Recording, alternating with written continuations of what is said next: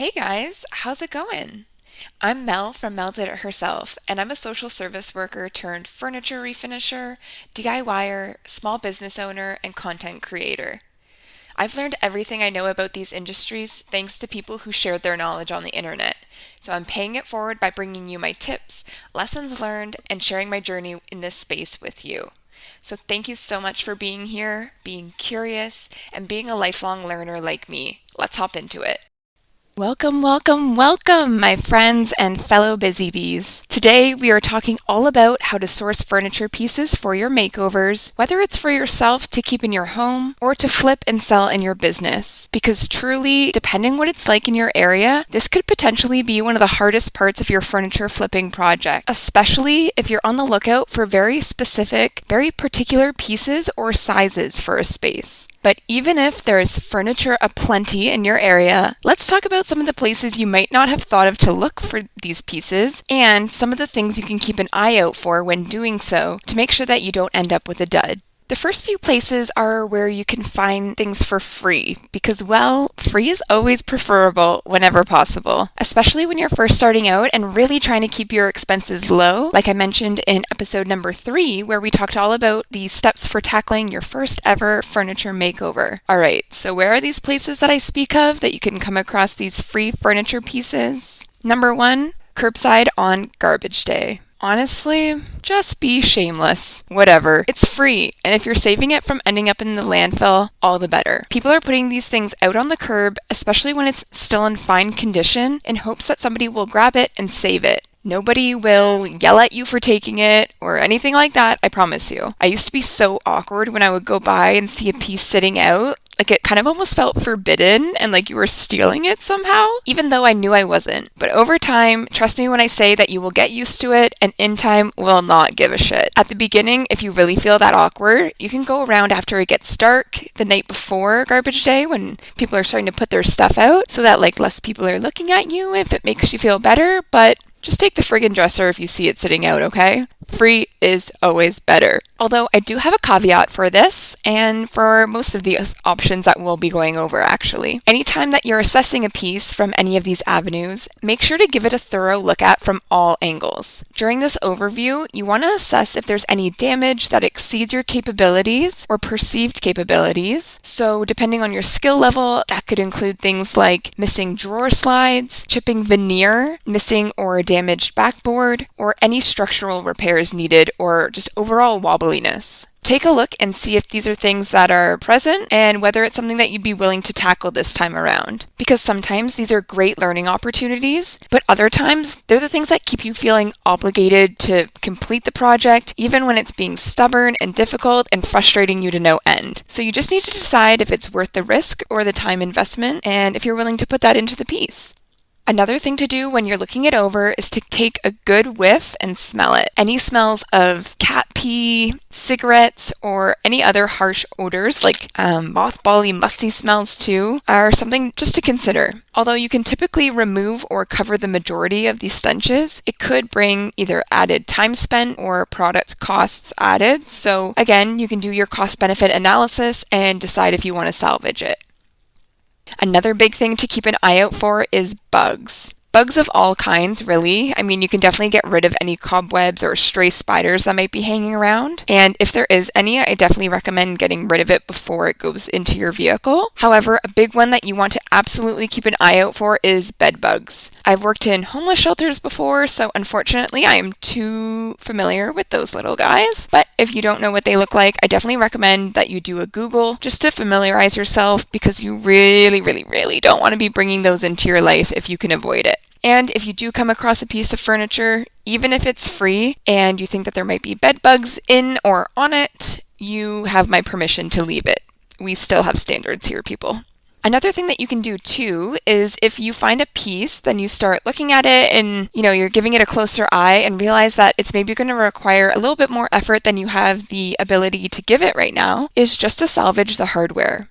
I know if you've been doing this for a while, you likely already have a sizable stash of old hardware from pieces you've refinished but have added new hardware to. And I might be biased, but I say let it grow, baby. There's always room for one more set of pulls. Again, if the piece is sitting at the curb, it's destined for the landfill as it is, so if you can save the hardware from ending up there at least, I personally see nothing wrong with it.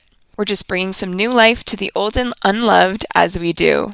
There's actually times when I'll go for a walk with like a coffee in the morning before work on a garbage day, when I already know that my inventory is full of furniture pieces, but I'll bring a screwdriver in my coat pocket just in the off chance that I come across some unique knobs or pulls that I want to snag. And having this stash of hardware is super useful, especially for some of my custom projects that I've done lately for clients. We found some really cool vintage hardware in there that really matched the vibe of the makeover that we were doing perfectly, and that we just wouldn't have been able to achieve the same look if we were using more modern, new hardware. So it was great.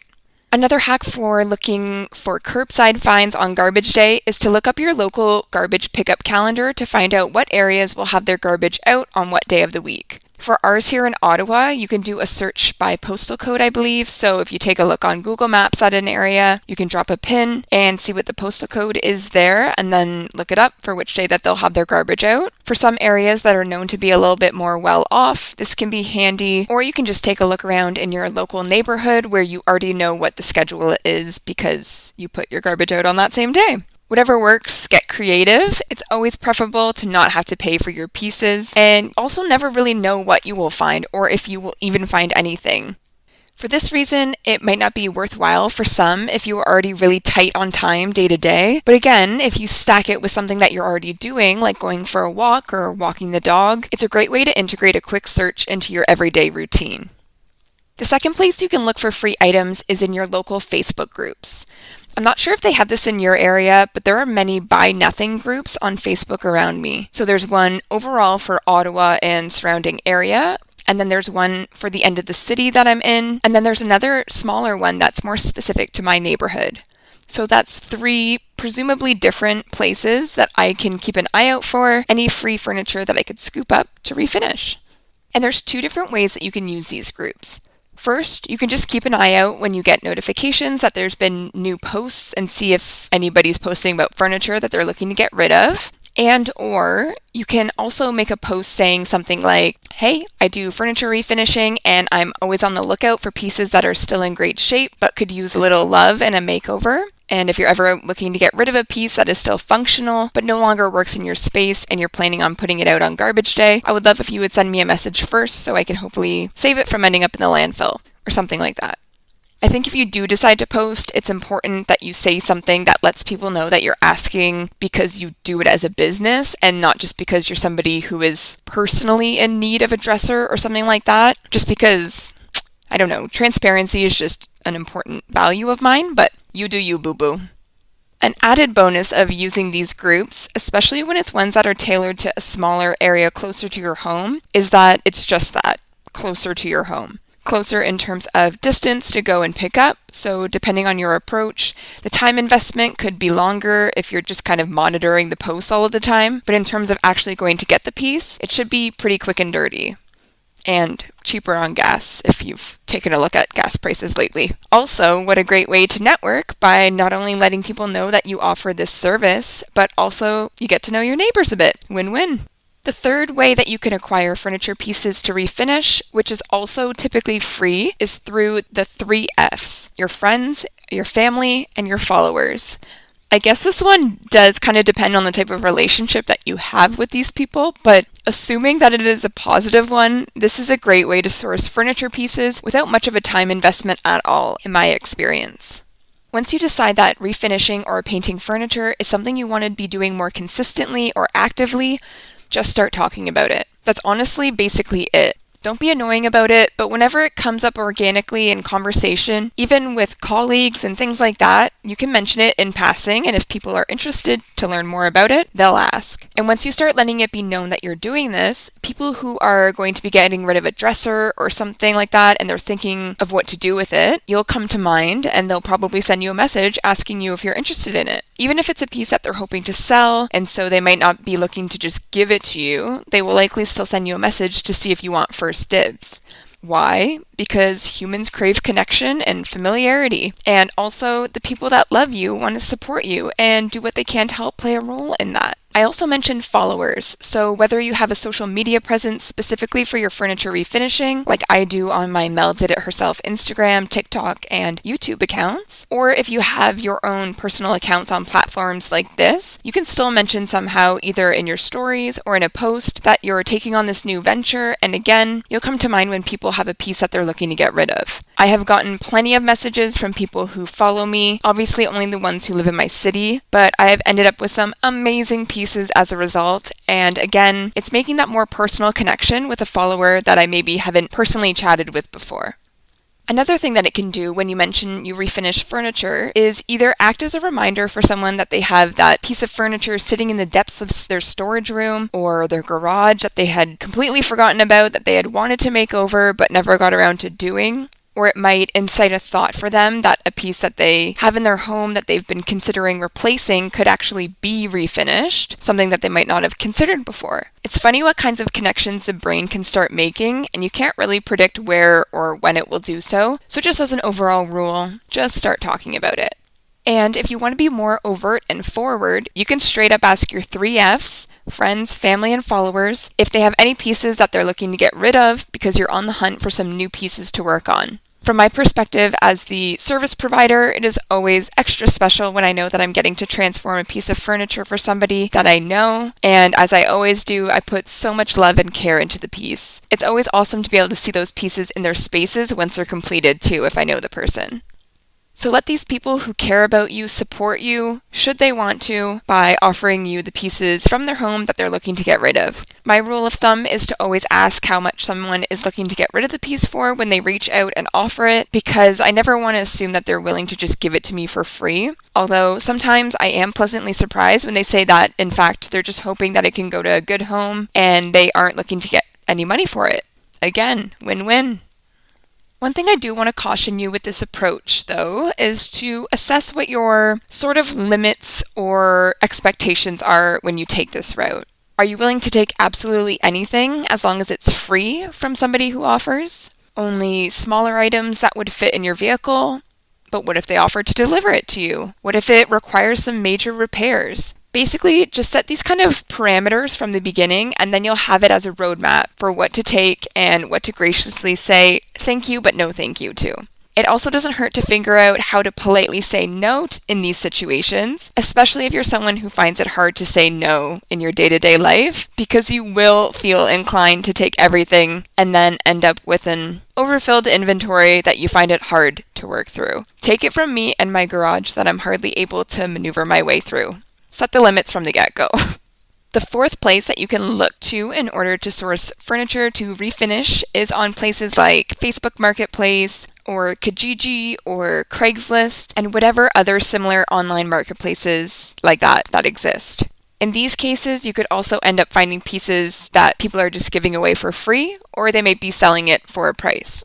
Depending on the piece, if they are trying to sell it, you might be able to negotiate the price down a bit if you care to take the time to do a little back and forth messaging with the seller. So it doesn't hurt to try, unless it's an item that you need to have and you aren't willing to waste any time haggling in case somebody comes in and scoops it up in the meantime for full price. And now sometimes people have an item listed for a fairly high price, and when it's something that I can tell will require a fair bit of repairs or patchwork, sometimes I'm down to take on the challenge and I have the time to do it, and I'll message them and basically say that I do furniture refinishing and think that it's a beautiful piece and I'd love to give it a glow up. However, based on the damage, I know the time commitment that will take, and in order to keep good profit margins, would they be willing to accept X amount? Some people just have an idea of what they think things should cost, regardless of outsider input, and you can kind of get a vibe when that's the case, and I won't waste my time trying to change their minds, but I find that the large majority of people have been willing to be at least a little bit flexible with me when I've taken this approach in the past. I don't actually know if it is the case, like I can't confirm it, but I'm assuming that they like the fact that someone who has a rough idea of what they're doing is wanting to take it and give it some new life because, people get attached to their furniture and they want it to go to a good home and know that it's going to be well taken care of. And as somebody who has spent my fair share of time on these platforms, Facebook Marketplace primarily, I do have some strong feelings about what I think are best practices to follow when either buying or selling furniture on there, which I would be happy to do a whole episode on because, like I said, big feelings. If that's something that you would be interested in hearing, let me know and either send me a DM on Instagram or send me an email even. The fifth place that you can look to source furniture pieces is at thrift stores or other similar secondhand stores like the Habitat for Humanity Restore. From what I've gathered in seeing some of my furniture refinishing friends on Instagram hit up thrift stores in their areas, this option may be more or less of a viable and cost-effective option depending on the area that you live in. In my area, thrift store prices have definitely increased over the last couple of years, especially some certain ones, Value Village.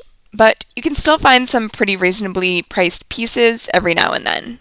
Actually, the best ever, like looking back with rose-colored glasses, was when the first huge, seemingly never-ending pandemic lockdown in Ontario was lifted because the thrift stores were closed down for however long, a long time, and everybody was at home decluttering their homes, so when the thrift stores reopened, they were fucking stacked with way more things than they could fit out on their showroom floors, so everything was super reasonably priced, and I stocked up real good back then. But yeah, basically, just determine what price fits your definition of reasonably priced and stick within that. And it might sound like I go through my life with a lot of limiting rules that I'm putting on myself, and honestly, I guess I kind of do, but here's why. It makes sense. There's a reason behind it. Because when you're in the moment and you find a cool piece that you're super pumped about taking on, you can get ahead of yourself sometimes and just be blinded by the find. It sounds dramatic, it really does, but you can absolutely get caught up in the moment and be willing to pay whatever and then get it home and have buyer's remorse and be like, why the hell did I think this was a good idea? It's going to require so much work, or I paid too much, or whatever, the buyer's remorse might be about. So go into these situations with a framework and stick to it, and you're less likely to find yourself in those types of situations. Like I said, it completely depends on your area, but my typical price limit is $50 for my pieces. I have paid a bit more on a couple of occasions, and for your area, that might seem incredibly low or incredibly high. I live in a big government city with a lot of people who get rid of nice furniture for fairly cheap, so I'm able to stick to that in my business, at this point in time at least. And if you're finding that the prices at your local thrift stores are getting a little bit steep, also be sure to look into whether they have any sort of loyalty program or coupons that they offer that you could use to get some money off of your order or your furniture that you find there. This could mean going on their website and looking around, maybe signing up for their online newsletter, or just asking an employee when you're there. It's all about being resourceful, my friend. And so some of my high-level advice for looking for furniture to source at these stores, these thrift stores, is to go early and go often, because you never know when a new piece is going to be put out on the floor, and you want to be there often so that you can scoop it up before other people do, basically. It can definitely be hit and miss, and as a result, you might end up having some wasted time. But if you have any thrift stores that are near your house or ones that you pass by often, for example, when you're going to the grocery store or, dropping the kids off at school and that kind of thing, if you have the added few minutes in your day, just stop and pop in for a minute on your way by. The hunt is part of the fun, so just enjoy it and don't turn it into something stressful and panicked. It also doesn't hurt to be friendly with the staff at the thrift stores that you frequent, because sometimes you can get some hot tips about either if there's a certain day that they're going to be putting out new inventory, or if they happen to have a super cool piece in the back that they're putting out the next day, or something like that. And let's be honest, one of the biggest benefits in getting your furniture pieces from the thrift store is that they usually have someone who can either help you load the piece into your vehicle, or if you're lucky, they have two people who will just do it for you. And if you're stubborn like me and go to furniture pickup solo and wrestle humongous pieces into your vehicle on your own, on the regular, you know as well as I do that this is a luxury that is always welcomed when it's offered.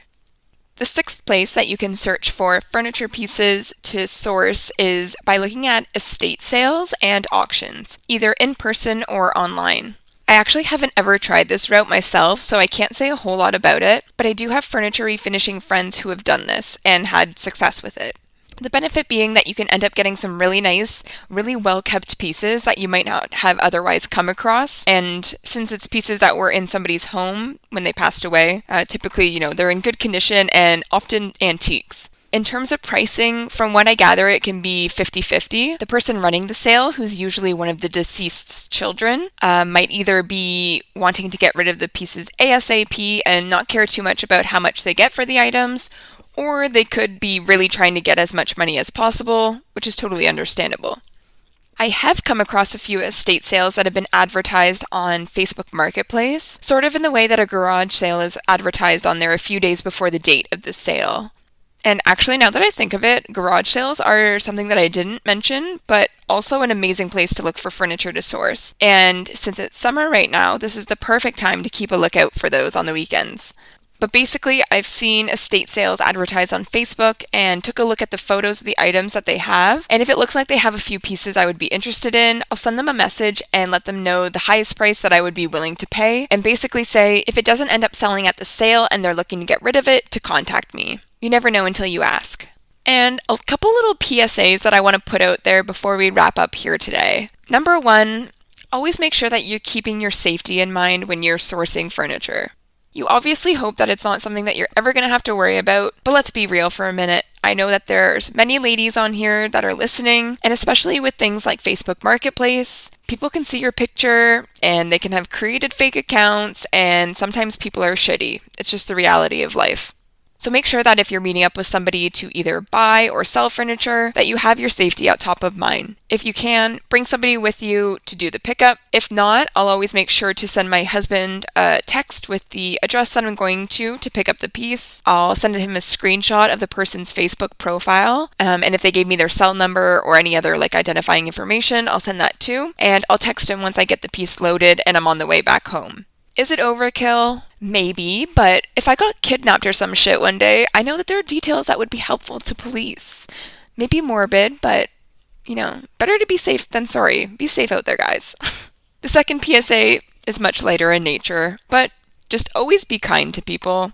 It's nice to be nice, especially when interacting with people on the internet. It's so easy to have people's tone and their intention be misinterpreted. So as a rule of thumb, I just always assume positive intentions. If somebody you're messaging on Facebook Marketplace is being short and curt with you, they probably aren't trying to be rude and make you pissy. They might just type like that or be older and not be used to infusing a million smiley emojis into their writing like all of us anxious millennials do. If they're taking a while to reply to your message, they probably aren't trying to intentionally make you wait and trying to ruin your day, but they might just be at work and not be on their phone, or maybe they're running around after 3 little kids. Just always give people the benefit of the doubt. Again, it's nice to be nice, and if for whatever reason that isn't a good enough reason for you to do so, consider the fact that you never know who the person is on the other end of the chat conversation. They could be the one interviewing you next week, or be your partner's aunt that you've never met, or be someone that you could potentially make a really great business relationship with moving forward. So just remember that as you move forward in life. So now I want to know, where have you found the most success at acquiring furniture pieces to make over? I want to know, so head over to my Instagram at MelDidItHerself and find the tile with episode number 5, How to Source Furniture Secondhand, and leave me a comment letting me know. I would also be interested in knowing if you have any particularly hilarious stories from sourcing furniture or maybe pickups or deliveries gone wrong, or if you have any horror stories, let everybody know too so that we can spread awareness. We are all about sharing information that will make us all better at what we do, so I want to hear the good, the bad, and the ugly. And something you might not know about me, I love little motivational messages. They literally always get me fired up, and I keep a running list of those that are especially catchy or speak to me in the Notes app on my phone. So I'm going to end every podcast episode with one of those that I have noted down over the years in hopes that you leave our time here each week feeling inspired, motivated, and ready to take on whatever comes your way this week. So this week's Mel's motivational message is from Martin Luther King Jr., and it is, "You don't have to see the full staircase, just take the first step." This is a quote that I've held particularly close to my heart this week as I've been toying with a scary but exciting decision in my business that I am so excited to share with you guys in the near future. But just reminding myself that I don't need to know what the rest of the staircase looks like, where it leads, or even if it's the right staircase, but just trusting that taking that next right step will always lead me where I'm meant to go. So remember that as you go into this week, we only need to focus on the next right step. And don't bother stressing about the rest of the staircase at this point, because it's just wasted energy. And I know that you know what that next step is anyway. If you are enjoying the podcast so far, I would love it if you would head over to the podcast page on whatever platform that you're listening on today and leave me a review. You know I'd prefer a 5-star, but I'll leave that part up to you because that will just help get this pushed out to more people to discover organically and join us on this furniture refinishing ride. All right, that's it for now. I appreciate your time, and I'll catch you guys next week.